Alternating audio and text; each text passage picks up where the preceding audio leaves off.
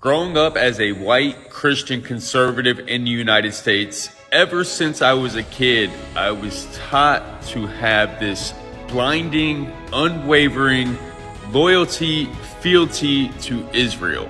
I was conditioned to believe that Israel was the promised land and the Israelis were God's chosen people, and all the Arabs surrounding Israel just wanted to annihilate them and wipe them completely off the map. We were taught that Muhammad was a false prophet and those who were worshiping to Allah were worshiping to the wrong God. And we were taught that we were supposed to pledge allegiance to the United States, support the American military and their endeavors all across the world, but especially in the Middle East, and their support for Israel. We were supposed to back that no matter what. And to question anything would be un-American.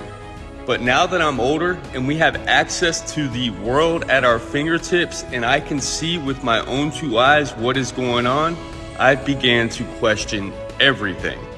I realized that we bought the lie that Western media propagates to us. We bought the lie that the American church or the Western church propagates to us.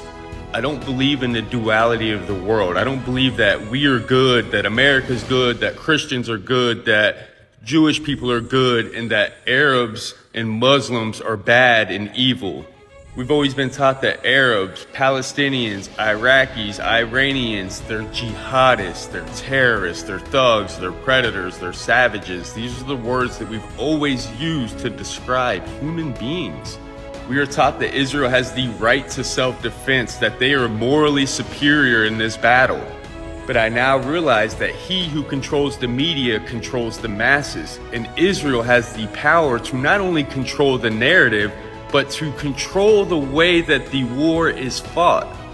We are taught that this war started from a Hamas terrorist attack on October 7th, but in reality, this war started 75 years ago, with the start of the ethnic cleansing of the Palestinian people and the stealing of their land. One thing I've learned about the US and other imperialist and colonizing nations is that they love to put their foot on other people's neck and then act shocked when they fight back. Any nation that tries to employ a system other than the United States capitalistic system, we will automatically cut them off, sanction them, put our foot on their neck, don't give them access to the US economy and the rest of the world, and then we will look at them and say, haha, look, they failed. That doesn't work. Their system doesn't work. And we're supposedly the wealthiest nation in the world, but we've got millions in prison. We've got millions on the street homeless. We got millions without health care.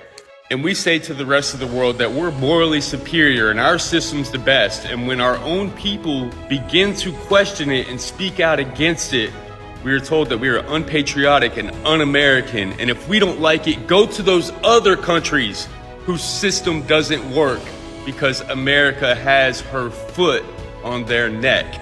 I've had to do so much deconstruction and deprogramming of everything that I've ever been taught, everything that I've ever been indoctrinated with living in the South of the United States.